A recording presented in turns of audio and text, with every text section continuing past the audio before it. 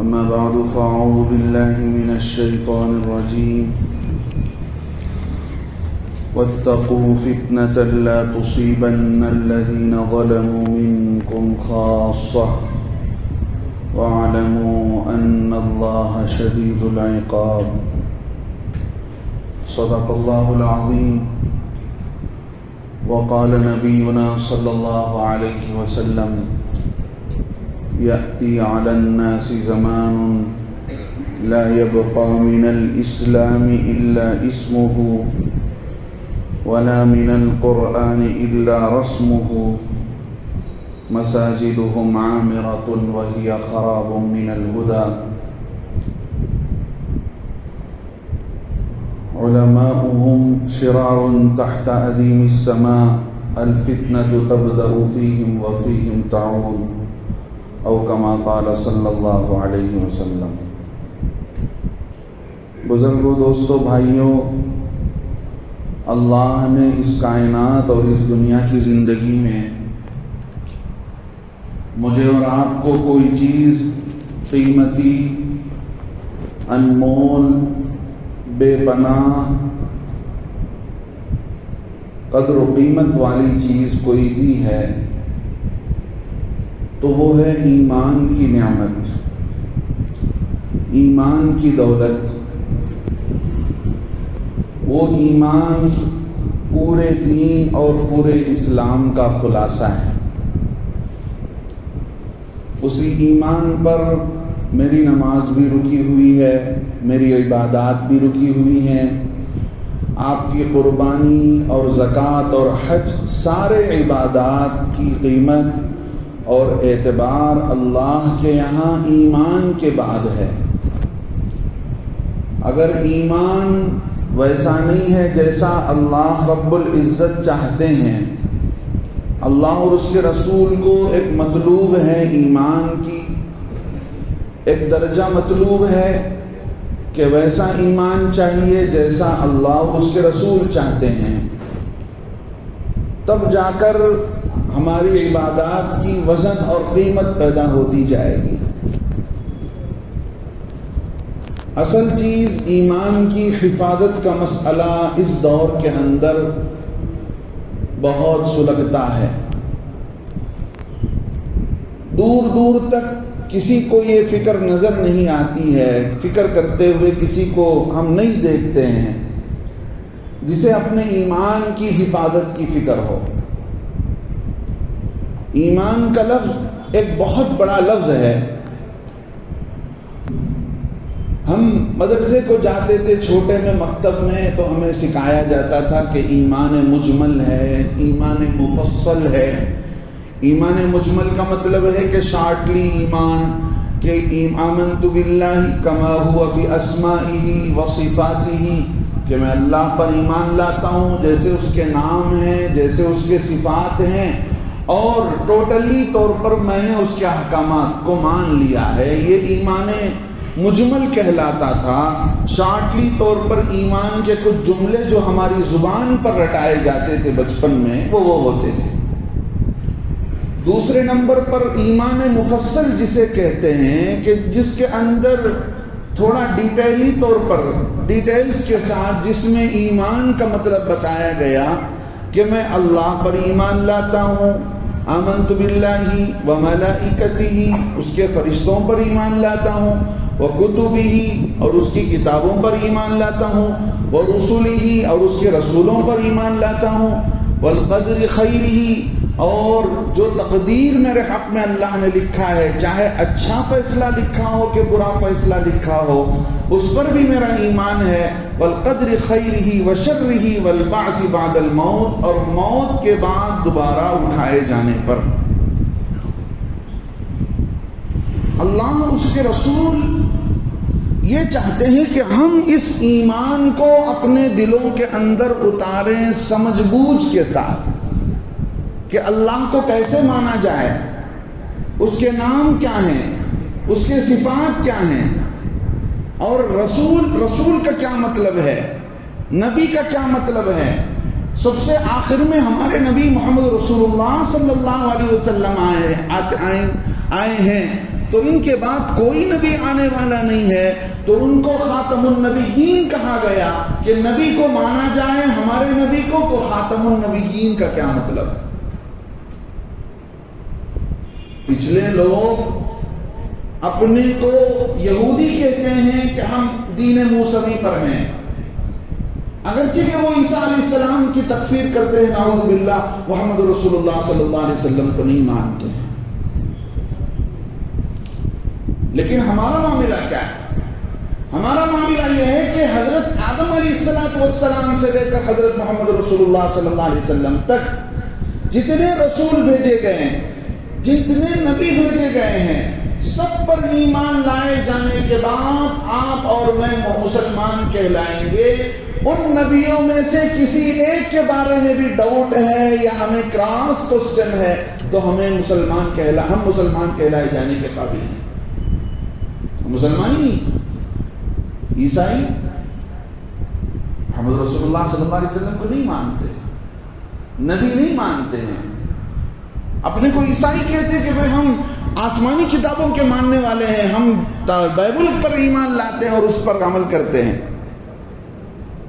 وہ بھی اپنے کو سمجھتے ہیں کہ ہم اسلام پر ہیں، ہم دین پر ہیں، لیکن ہمارا اسلام یہ بتاتا ہے کہ اسلام وہی ہے کہ سارے نبیوں پر ایمان لایا جائے،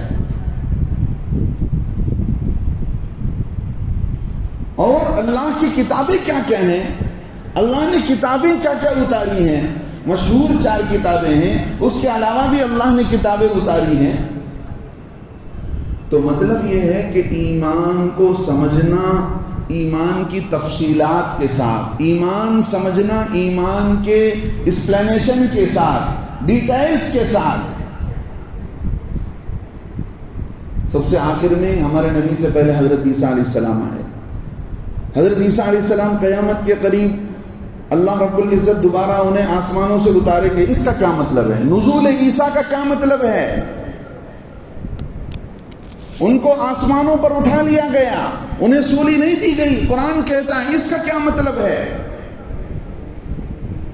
تو ایمان کوئی زبان سے بولی جانے والی چیز نہیں ہے، کوئی زبان سے آپ کو کہا گیا اور آپ نے رٹ لیا نہیں، سمجھ کر، ایمان کے مطلب کو جان کر، ایک ایک چیز کے ڈیٹیلز کو سمجھ کر دلوں کے اندر وہ بات اتاری جائے کہ اللہ کسے کہتے ہیں، اللہ کی قدرت کیا ہے، اللہ کی طاقت کیا ہے، اور نبی کسے کہتے ہیں، نبی کا مقام کیا ہے، نبی کا گریڈ کیا ہے، نبی کا درجہ کیا ہے، اور ان پر جو کتابیں اتاری گئی ہیں ان کی ویلیو کیا ہے، اس کی حیثیت کیا ہے۔ اور اسی طرح فرشتے جو اللہ رب العزت نے بھیجے ہیں، ان فرشتوں کا کیا کام ہے، ان فرشتوں کو سمجھنے میں پچھلے لوگوں نے غلطی کر لی، انہوں نے سمجھا کہ بھئی فرشتے یہ اللہ کی بیٹیاں ہیں۔ تو عقیدہ جس کو کہتے ہیں کہ اللہ کو لے کر، نبی کو لے کر، اللہ کی اتاری ہوئی کتابوں کو لے کر، فرشتوں کو لے کر، آخرت کے دن کے تعلق سے، اللہ کی کتابوں کے تعلق سے، اور جو ہے موت کے بعد اٹھائے جانے کے تعلق سے ہمارا عقیدہ کیا ہونا چاہیے، ہماری سوچ اور ہماری فکر کیا ہونا چاہیے، دل کی گہرائیوں کے اندر ایمان کیا ہونا چاہیے، ان چیزوں کو لے کر اس معاملے میں کسی کی فکر نہیں۔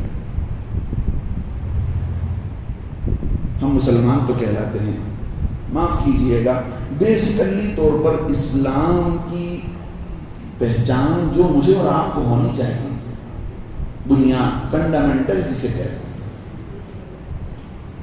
دنیا ہمیں بدنام کرتی ہے کہ بھئی مسلمان فنڈامنٹل ہیں، یا اپنے دین کو چھوڑنے کے لیے تیار نہیں، یا اپنے قرآن کو چھوڑنے کے لیے تیار نہیں، یا اپنے محمد صلی اللہ علیہ وسلم کے طریقے کو چھوڑنے کے لیے تیار نہیں، اسی پرانے 1400 سال پہلے کے modern of Islam, modern of the life کو ہی اصل ماڈرن سمجھتے ہیں۔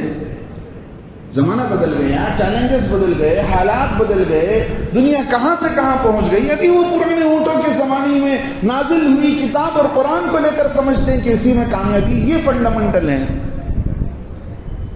ہماری حالت یہ ہے کہ بنیادی طور پر، بیسیکلی طور پر ہم نے اسلام کو نہیں سمجھا، اللہ کے بارے میں، اللہ کی صفات کیا ہیں، اللہ کے نام کے ساتھ اللہ کی صفات جڑے ہوئے ہیں، مثال کے طور پر اللہ کا ایک نام ہے العلیم، اللہ جاننے والے. علیم ایک نام بھی ہو سکتا ہے، لیکن اللہ کا جاننا کیسا ہے؟ اللہ کا جاننا ایسا ہے کہ اللہ کے لیے کوئی زمانہ نہیں.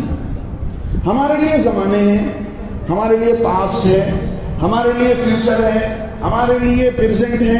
اللہ کے لیے، اللہ کے علم میں تینوں برابر ہیں. اللہ کے لیے پاسٹ بھی ایسا ہی ہے جیسا کہ پریزنٹ ہے، اور فیوچر بھی اللہ کے لیے ایسا ہی ہے جیسا کہ آپ کا پریزنٹ ہے. العلیم کا مطلب اللہ کو بھی علم ہے، آپ کو بھی تھوڑا موڑا علم ہے. کیا مطلب؟ نعوذ باللہ، اللہ کو جو علم ہے وہ آپ کو آ گیا. بنیادی طور پر اسلام کو سمجھنا، اسلام کے معنی کو سمجھنا. میں اس لیے یہ بات کہہ رہا ہوں میرے دوستو بزرگوں، آخری دور کے اندر اللہ کے نبی صلی اللہ علیہ وسلم نے فرمایا فتنہ اتنا ابھرے گا، عام ہو جائے گا کہ لوگوں کو پتہ نہیں چلے گا کہ بھئی کون کیا کہہ رہا ہے، کیسی بات کہہ رہا ہے. جس کو جو بات سمجھ میں آ رہی ہے وہ اس کے پیچھے جا رہا ہے. کوئی بھی ڈاکٹر سوشل میڈیا پہ بیٹھ کر کتنے بھی نسخے بتائے، کوئی حکیم بتائے کہ بھی فلاں کر لینے سے یہ فائدہ ہے، فلاں نہ کر لینے سے یہ فائدہ ہے، لیکن آدمی اختیار نہیں کرتا. جب تک اپنے تعلقے کے ڈاکٹر سے پوچھے بغیر عمل نہیں کرتا، اپنے تعلق کے حکیم یا کسی ناٹی حکیم سے پوچھے بغیر عمل نہیں کرتا. لیکن دین کا معاملہ اتنا آسان ہو گیا کہ دین کے معاملے کو جو بھی چیز فون کے اندر سوشل میڈیا کے ذریعے سے نظر آتی ہے لوگ آنکھ بند کر کے لے لیتے ہیں. ہو سکتا ہے کہ آپ پہ نہ ہو، لیکن ایک بڑا طبقہ ہمارے شہر کے اندر ایسا ہے جو بھی انجینئر یا جو بھی اسلامک اسکالر غلط سوچ کو لے کر، غلط نان اسلامک تھاٹ کو لے کر بیٹھا ہوا ہے اور اسلام کو اسلائن کر رہا ہے، بیٹھ کر سمجھا رہا ہے. بڑا طبقہ کہتا ہے کیا ہے، کیا انداز ہے، واہ واہ کتنی اچھی بات ہے. مثال دیتا ہوں میں آپ کو. وہ بعض لوگ یہ کہتے ہیں کہ بھئی دیکھو اللہ کی 4 کتابیں ہیں. اللہ نے پہلی کتاب اتارا تورات کو، پھر اس کے بعد اللہ رب العزت نے اتارا انجیل کو، زبور کو، انجیل کو. ایک گویا یہ ایک ایڈیشن ہے. پہلی کتاب اتاری گئی، پھر اس کا ایڈیشن دوسرا نکالا گیا، تیسرا نکالا گیا، چوتھا نکالا گیا. اب ایڈیشن کا لفظ جو ہے بعد کے لوگوں نے بتایا. ایڈیشن کا مطلب کیا ہے؟ میں آپ کو کتاب میں نے لکھا، بہت سارے لوگوں نے پڑھا، پڑھنے کے بعد بتایا، حضرت جو علم رکھنے والے تھے علماء انہوں نے بتایا کہ مولوی صاحب آپ سے یہ غلطی ہوئی ہے. پھر میں نے اس غلطی کو صحیح کیا، پھر میں دوسرے ایڈیشن میں ان ساری چیزوں کو صحیح کر کے پیش کر رہا ہوں. پھر تیسرے ایڈیشن میں اور کچھ چیز کو اس کے اندر اٹیچ کرنا تھا، میں نے اس کو اٹیچ کیا، پھر اس کو تیسرا ایڈیشن بتا کے. اب اللہ رب العزت کی اتاری ہوئی کتاب کو کوئی بھی سوشل میڈیا میں بیٹھ کر یہ کہتا کہ بھئی اللہ کی کتاب ایک ایڈیشن ہے، لاسٹ ایڈیشن وہ قرآن ہے، biggest addition of the God یہ قرآن ہے. لوگ کہتے ہیں کتنا اچھا انداز ہے سمجھانے کا، کیا اسلائن کر رہا ہے، کتنے اچھے انداز میں آج کے زمانے کے اعتبار سے انگریزی کو بھی گویا جو ہے انگریزی معنی اور مطلب کو بھی لے جا کر کے عربی کے ساتھ جوڑا جا رہا ہے. کتنا اچھا بولنے والا ہے. میرے دوستو بزرگوں، جب ایک چیز پھیلتی ہے تو پھیلتی چلی جاتی ہے. اپنے ایمان کی حفاظت بہت بنیادی ضرورت ہے. اگر بیسکلی طور پر ہم نے دنیا ایمان کو نہیں سمجھا، اسلام کو نہیں سمجھا، پھر ہر پیلے کو دیکھ کر پھسلنا سمجھ میں آئے گا، ہر اودے کو دیکھ کر اچھلنا پسند آئے گا. اس لیے کہ ہم نے اصل اسلام کو نہیں سمجھا، ہمارے دلوں کے اندر اصل ایمان محفوظ نہیں ہے. اللہ رب العزت نے جو دین اتارا ہے، جو اسلام اتارا ہے، وہ بیسیکلی طور پر بہت بنیاد ہے، بہت مضبوط ہے. اس کی بنیادیں بڑی مضبوط ہیں. انسان کی عقل اور سوچ کبھی بھی غلط کر سکتی ہے. جہاں سارے انسانوں کی سوچ ختم ہوتی ہے وہاں پر انبیاء کی سوچ شروع ہوتی ہے. جہاں سارے انبیاء کی سوچ ختم ہوتی ہے وہاں ہمارے نبی حضرت محمد رسول اللہ صلی اللہ علیہ وسلم کی سوچ شروع ہوتی ہے. اللہ نے ایسا کامل و مکمل نبی ہمیں دیا اور ایسی کامل شریعت ہمیں دی، دے کر بھیج دیا، بتا دیا کہ بھئی صبح قیامت تک آنے والے چیلنجز کو سالو کیا جا سکتا ہے، صبح قیامت تک آنے والے پرابلمز کا حل اس دین کے اندر ہے.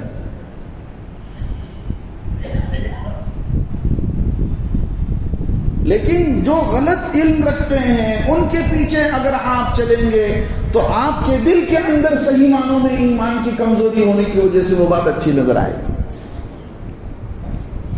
اللہ کے نبی صلی اللہ علیہ وسلم نے ڈرایا قرب قیامت کے قریب فتنے آئیں گے، لوگوں کے سامنے حالات آئیں گے کہ لوگوں کو صحیح دین سمجھ میں نہیں آئے گا، صاف سمجھ میں نہیں آئے گا کہ اسلام کیا ہے، دین کیا ہے، کدھر جانا چاہیے. کوئی اس طرف کھینچ رہا ہے، کوئی اس طرف کھینچ رہا ہے. ہمارے اندر کمزوری ہونے کی وجہ سے ہم پریشان ہو جاتے ہیں. ایک آدمی ہے پہلا بنگلور کو آیا ہے، اسے راستے کا پتہ نہیں ہے، اب جسے پوچھتا ہے وہ کوئی ادھر کو بتا رہا ہے، کوئی ادھر کو بتا رہا ہے. آدمی پریشان ہو جاتا ہے اس لیے کہ اس کے پاس صحیح علم نہیں ہے. آج ہماری حالت یہی ہو گئی ہے، ہم جو سنتے ہیں اس کے پیچھے چلنے کے لیے تیار، اسے فالو کرنے کے لیے تیار. اللہ رب العزت نے بتایا واتقوا، اے لوگو ڈرو، فتنۃ لا تصیبن الذین ظلموا منکم خاصہ. ایک فتنہ آئے گا تو وہ فتنہ کسی خاص طبقے تک نہیں ہوگا بلکہ سب کو پھیلے گا، سب کو پہنچے گا. حضرت عائشہ رضی اللہ عنہا بیٹھی ہوئی تھی، اللہ کے نبی صلی اللہ علیہ وسلم نے ایک قصہ بیان کیا کہ قیامت کے قریب ایک لشکر چلے گا، مقام بیضا پر تک پہنچے گا. اس لشکر کا مقصد ہوگا کہ کعبۃ اللہ کو گرا دیا جائے، لیکن اللہ اس لشکر کو مقام بیضا پر زمین میں دھسا دیں گے. حضرت عائشہ نے پوچھا اللہ کے نبی جب ایک جماعت چلتی ہے تو اس جماعت کے ساتھ بہت سارے لوگ ہو جاتے ہیں، کسی کا مقصد جو ہے اسنیکس بیچنا ہوتا ہے، کسی کا مقصد کپڑا بیچنا ہوتا ہے، کسی کو بیڑی سگریٹ، الگ الگ سوچ کے ساتھ لوگ اس قافلے کے ساتھ چل رہے ہوں گے. کوئی بازاری آدمی ہوگا، کوئی بیچنے کے لیے آیا ہوگا. اب ان ساروں کو ملا کر کیا زمین میں تم کو دھسایا جائے گا؟ اللہ کے نبی نے فرمایا ہاں دھسایا تو سب کو جائے گا، اللہ کا عذاب آتا ہے تو سب لپیٹ میں آ جاتے ہیں. لیکن اللہ کے نبی علیہ السلام نے جو بات فرمائی وہ غور کرنے کی ہے. اللہ کے نبی نے فرمایا قیامت کے قریب یہ جو لشکر کعبے کو ختم کرنے کے لیے گرانے کی نیت سے چلے گا تو مقام بیضا میں دھسایا جائے گا، لیکن انما یبعثون علی نیاتہم، ساروں کی نیت ایک جیسی نہیں تھی، تو ان کی جو نیتیں تھیں تو کل قیامت کے دن ان کو ان کی نیتوں کے مطابق اٹھایا جائے گا. ان کے دلوں کے ارادے اور دلوں کے سوچ اور تھاٹ کے مطابق ان کی بعثت ہوگی، ان کو دوبارہ اللہ رب العزت کل قیامت کے دن اٹھائیں گے. تو میرے دوستو بزرگوں، ایمان سلامت ہے تو سب چیزیں سلامت ہیں. آپ کا ایمان سلامت، عمل آپ کا قبول کیا جائے گا. آپ ایمان کے معاملے میں اونچ نیچ ہیں، گڑبڑ ہیں، نبیوں کو لے کر، کتابوں کو لے کر، حضرت عیسیٰ علیہ السلام کے قیامت کے قریب نازل ہونے کو لے کر. ایک آدمی حنیف کا بیٹا شکیل بہار کے اندر پیدا ہوا، چند سالوں سے وہ یہ گمراہ کر رہا ہے لوگوں کو کہ قیامت کے قریب جو عیسیٰ علیہ السلام آئیں گے وہ میں ہوں. اس کے پیچھے چلنے والے ہیں. چلیے میرے ساتھ میں آپ کو دکھاتا ہوں. ہمارے بنگلور میں ہے، نمازیوں کی شکل میں، جبے داڑھی کی شکل میں، بہت سمجھایا گیا حیدرآباد شہر کے اندر. ان کو علماء نے سمجھایا، لوگوں نے سمجھایا، لیکن جب زبان سے ان کی بات نہیں اتری تو پھر جو ہے دھلائی کی گئی تو ان کی زبان سے آ رہا تھا احد احد. سمجھتے ہیں احد کا مطلب؟ مکے میں کافروں کو، کافر جو ہے مسلمانوں کو آگ پر گھسیٹتے تھے، انگاروں پر لٹاتے تھے. تو مسلمان اس وقت سے دل کی گہرائیوں کے ساتھ اللہ کے ایک ہونے کی گواہی دیتے تھے. یہ خبیث جو بد عقیدگی پر ہیں، ان کو جو سکھایا گیا وہ چیز ان کے دلوں کے اندر اتر گئی. اب ان کو مارا جا رہا ہے تو زبان سے کہہ رہے ہیں کہ اللہ ایک ہے، اللہ ایک ہے۔ یہ کیوں ہوتا ہے؟ جب آپ کے پاس صحیح دین نہیں ہوتی ہے، دین کے بارے میں صحیح علم نہیں ہوتا ہے، تو پھر آپ کسی کی بھی باتوں کو اچھا سمجھ کر اس کے پیچھے چلنے لگتے ہیں۔ ایک فتنہ بتا رہا ہوں، ایک فتنہ ایسا ہے جس پر ایک جمعہ بولا جا سکتا ہے۔ تو میرے دوستو بزرگوں، اپنے بچوں کی، اپنے بچیوں کی ایمان کی حفاظت کیجئے۔ دیکھیے، آپ کا عمل ایک خدن، آپ کا عمل ایک طرف، اللہ کے ہاں اس کی کوئی قیمت نہیں ایمان کے بنا۔ ایمان صحیح ہے، آپ کے دل کے اندر اللہ اور اس کے رسول اور اس کی کتابیں اور اس کے نبیوں کو لے کر، اور آخرت اور قبر اور حشر اور جنت اور دوزخ کو لے کر آپ کی سوچ اور بیسک آپ کے دلوں کے اندر صحیح دین اور صحیح ایمان ہے، تو سمجھ لیجئے آپ کا عمل پلس ہوتا جائے گا، پلس ہوتا جائے گا، پلس ہوتا جائے گا۔ اگر ادھر کمزوری ہے، اللہ کو لے کر، نبی کو لے کر، قرآن کو لے کر آپ کے دلوں کے اندر ڈاؤٹس ہے، جی آج کا لبرل طبقہ ایک موجود ہے جو دنیا ہی کو سب کچھ سمجھتا ہے کہ ڈالر ہی سب کچھ، دنیا کی ترقی ہی سب کچھ، اور یہاں کے سونا چاندی ہی سب کچھ، یہاں کی پیٹرول پلاٹینم ہی سب کچھ۔ ان کے دلوں کے اندر وہ سمجھتے ہیں بھی ٹھیک ہے، بقرعید آئے گا تو قربانی کر لیں گے، رمضان میں جتنا ہو سکے روزہ رکھ لیں گے، لیکن دستور حیات، زندگی کے کامیابی کا طریقہ کار، کہ ہماری زندگی کا کامیابی کا دستور وہ قرآن ہے، وہ دین ہے، وہ نہیں ماننے کے لیے تیار نہیں۔ وہ جیسا گورا کہتا ہے کہ بھئی اس مذہب کو الگ رکھا جائے، مذہب سے ہم آزاد ہیں، آج کے ایک پڑھا لکھا طبقہ وہ زبان سے تو نہیں کہتا ہے، لیکن اس کی وہ اپنے ایٹیٹیوڈ سے، اس کے طریقے سے یہ بات سمجھ میں آتی ہے کہ بھئی ہمیں دین پسند نہیں ہے، اس کو کونے میں رکھا جائے، ہم تو وہ طریقے پر چلیں گے جو دنیا کہتی ہے، جس کو دنیا کو سمجھ میں آتی ہے۔ میرے دوست، یہ لوگ فتنے میں پڑتے ہیں، یہ لوگ ایسے فتنوں کا شکار ہوتے ہیں۔ سوشل میڈیا تو ہر ایک کے ہاتھ پر پہنچی ہوئی، لیکن صحیح ایمان آپ کے پاس نہیں ہے تو آپ کے قدم کبھی بھی گڑمڑا جا سکتے ہیں۔ آپ اندازہ کریں، حاجیوں کی خدمت سے بڑھ کر کیا ہو سکتا ہے؟ حاجیوں کی خدمت مکے کے کافر کرتے تھے، کعبۃ اللہ کو بنانا ان کی خدمت تھی، ان کی ذمہ داری تھی، خاندان قبیلے کے حساب سے تقسیم کر رکھا تھا کہ تم حاجیوں کو پانی پلاؤ گے، تم حاجیوں کے سامان کا خیال رکھو گے۔ کوئی جو ہے ذمہ لے رکھا تھا کہ بھئی میں کعبۃ اللہ کی کیلی کی ذمہ داری میرے خاندان میں ہے، کوئی ذمہ لے رکھا تھا کہ کعبۃ اللہ کی صفائی میری ذمہ ہے، کوئی ذمہ لے رکھا تھا کہ کعبۃ اللہ کی عمارت پہ کچھ دراڑ آ جائے، ایک اینٹ یا دو اینٹ، ایک پتھر یا دو پتھر نیچے پڑ جائیں تو اس کی تعمیر ہم کریں گے۔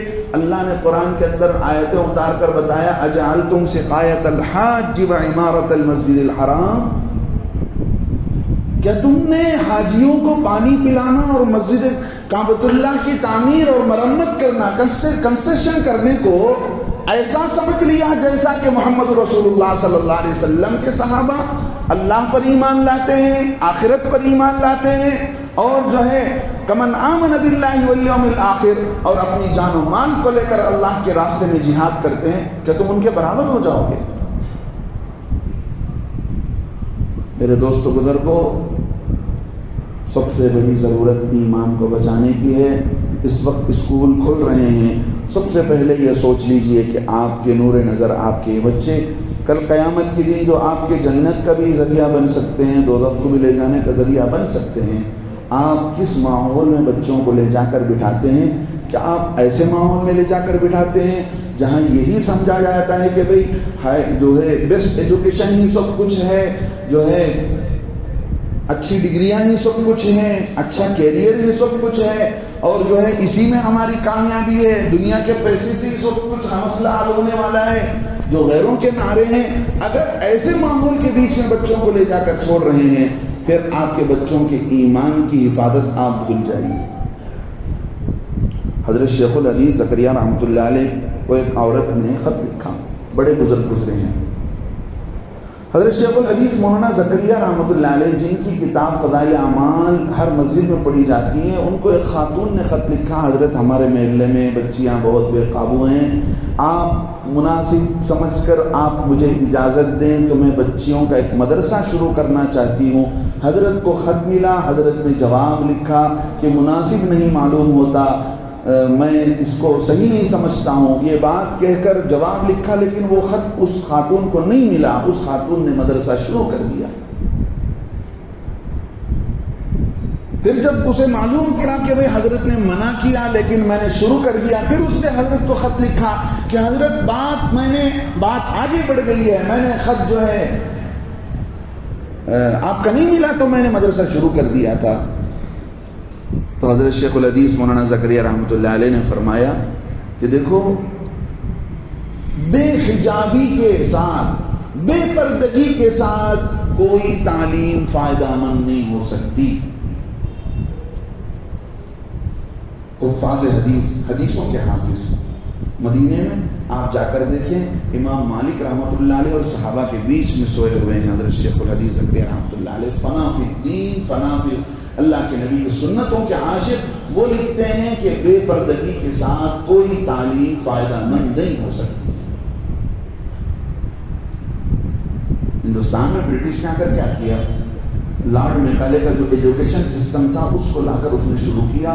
ان کا مقصد اگر مسلمانوں کو ہندوستان سے ختم کرنا ہوتا تو اس زمانے میں میں سمجھتا ہوں کہ 10-12 کروڑ مسلمان بھی مشکل سے تھے، تو چند مہینوں میں صفایا ہو سکتا تھا مسلمانوں کا، اگر ظلم پر وہ لوگ اتر آتے۔ ان کا مقصد تھا کہ بھئی مسلمان رہیں، ان سے ہمیں فائدہ اٹھانا ہے، لیکن لارڈ میکالے کا جو ایجوکیشن سسٹم ہے اس کو لا کر داخل کرنا ہے۔ اسکول ہمارے ہیں، ایجوکیشن ہمارا ہو، وہاں بچوں کو ذہن بنایا جائے، اور ان بچوں کے اندر شروع سے ہی اسلام بیزاری، بے پردگی کا ماحول اور جو ہے کیئرلیس مزاج پیدا کیا جائے، سنت کی اہمیت کو گھٹایا جائے، اور جو ہے مذہب بیزار بنایا جائے، ریلیجنس کو کوئی زور نہ دیا جائے، ایک ملٹی کلچر، ایک ایسا ماحول بنایا جائے کہ سب اس کو آبزرو کر لیں، سب اس کو لے لیں۔ دیکھ لیں بربادی کیسی ہو رہی ہے۔ ایک گھرانہ بنگلور کے اندر، چچا عالم ہیں، دادا دیندار ہیں، لیکن بچی گھر سے بھاگتی ہے، ان کے رشتہ دار کو پتہ چلتا ہے کہ فلاں بہار کے مزدور کے ساتھ بچی بھاگ رہی ہے، وہ رشتہ دار فلائٹ پکڑ کر دلی پہنچتے ہیں، وہ ٹرین پہنچنے سے پہلے وہ لڑکا تو بھاگ جاتا ہے، اس لڑکی کو سنبھالنے میں 3 دن لگ جاتے ہیں، اس کے بعد وہ بچی ماں باپ کے قابو میں آتی ہے۔ ایسے دور سے میں اور آپ گزر رہے ہیں۔ آپ بچوں کو تعلیم کے نام پر کچھ بھی لا کر دیتے ہیں، جہاں بھی چاہے لے جا کر چھوڑ دیں، جس کے ساتھ چاہے بھیج دیتے ہیں۔ اگر اسلام بیزار ہے تو مکمل آپ اعلان کر دیجئے۔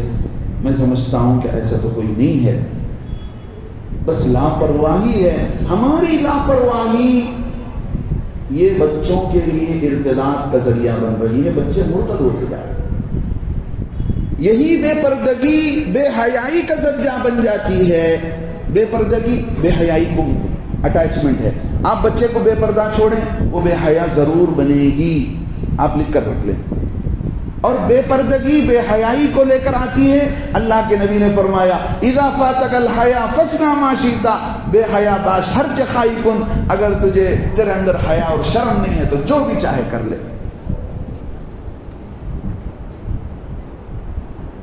جو لوگ کام کر رہے ہیں ان سے آپ میں لا کر بٹھاؤں تو ایسے حالات، جگر دل پھٹ جاتا ہے۔ اچھے گھرانوں کی عزتیں لٹ رہی ہیں، ختم ہو رہی ہیں، ماں باپ بے قابو ہیں، کچھ بول نہیں سکتے۔ میرے دوستو بزرگوں، ڈرو۔ انبیاء علیہ السلام کی زندگی، صحابہ کی زندگی، اولیاء کی زندگی، تابع تابعین کی زندگی سب یہ بتاتی ہے، سب نے اپنے ایمان کو لے کر ڈرا ہے، سب نے اپنے گھر والوں کے ایمان کو لے کر ڈرے ہیں، تب جا کر ان کا ایمان بچا ہے، ان کے ایمان کی حفاظت ہوئی ہے۔ آپ بچوں پر کڑی نظر جب تک نہیں رکھیں گے کہ بھئی کہاں جا رہے ہیں، کس کے ساتھ اٹھنا بیٹھنا ہو رہا ہے، کس کے ساتھ تعلقات میں ہیں، آپ پڑھے لکھے لوگوں سے پوچھ کر تو دیکھیں اس فون کے اندر ایسے ایسے ایپس ہیں کہ آپ کی بچی کے فون میں کیا کیا میسیجز آ سکتے ہیں، وہ ساری چیزیں آپ کے فون کو آ سکتے ہیں. ایسا بارکوڈ آپ کی بچی کے فون کے اندر ہے کہ وہ سارا آپ کے فون میں آ سکتا ہے. کیا ضروری ہے کہ آپ 24 گھنٹے بچی کے ہاتھ میں تھما رہے ہیں فون؟ 2 گھنٹے کے لیے کیا نہیں دیا جا سکتا؟ چھوٹا فون نہیں دیا جا سکتا، اور دینے کے بعد اس پر غلط گمان نہیں رکھ سکتے. رکھیے آپ غلط گمان. ایک اللہ والے نے بتایا تھا کہ جب آپ بس میں بیٹھ جائیں یا ٹرین میں بیٹھ جائیں، جتنے بیٹے ہیں سب کو آپ جیب کاٹو نہیں سمجھیں گے تو تب تک آپ کا جیب نہیں بچے گا. حضرت علی رضی اللہ عنہ نے فرمایا تھا عورت کے معاملے میں کسی پر اعتبار کی ضرورت نہیں، کسی پر بھروسہ کرنے کی ضرورت نہیں. آپ کی بچی کو لے کر آپ کسی پر بھروسہ نہ کریں کہ آپ کی بچی صرف پڑھ رہی ہے، صرف دوستیوں کے ساتھ ہے. بچیوں کو ان کی سہیلیاں برباد کرتی ہیں. جی یہ ایسا گٹر ہے کہ اس سے نکالا جائے تو جیسی بھی رکھ کر جیسے گٹر سے نکالیں گے تو ساری گندگی ہی نکلتی ہے. میرے دوستو بزرگوں، ایسی ہی گندگیاں نکلیں گی جس کو اللہ کے نبی صلی اللہ علیہ وسلم نے فرمایا تھا لا یبقى من الاسلام. لوگوں پر ایک ایسا زمانہ آنے والا ہے کہ قیامت کے قریب اسلام نام کا رہ جائے گا. ولا من القرآن الا رسمه. صرف قرآن کے نقوش اور لکھت رہ جائیں گے، نہ اسلام زندگیوں کے اندر، نہ قرآن لوگوں کی زندگیوں کے اندر. پھر مساجدهم عامرہ، ان کی مسجدیں بڑی عالیشان ہیں، بڑی عالیشان ان کی مسجدیں. وہی خراب من الہدی، لیکن 24 گھنٹے بند رہتی ہے، نماز میں کھلتی ہے، ہدایت کے اعمال سے خالی. کوئی آتا نہیں نماز کے لیے نہیں، نوافل کے لیے نہیں، قرآن سیکھنے کے لیے نہیں، مسائل سیکھنے کے لیے نہیں. آئیں گے تو صرف اذان ہونے کے بعد نماز کے لیے. ایسا تعلق کر گیا. اللہ کے نبی نے فرمایا مسجدیں تو بڑی عالیشان ہوں گی، کروڑوں کی لاگت لگا کر لوگ مسجدیں بن رہے، سمجھ رہے کہ ہم نے بڑا کام کر دیا. مسجدوں میں کیا قالین، کیا اے سی، کیا پتھر. لیکن اصل یہ ہے کہ مسجد ایمان والوں کا سینٹر بنے کہ ہر آدمی کو یہاں سے ایمان ملے، دین ملے، علم ملے، تقوی ملے، اور جو ہے ایمان والا یہاں سے اپنے دل کے اندر ایمان کو بھر کر جائے.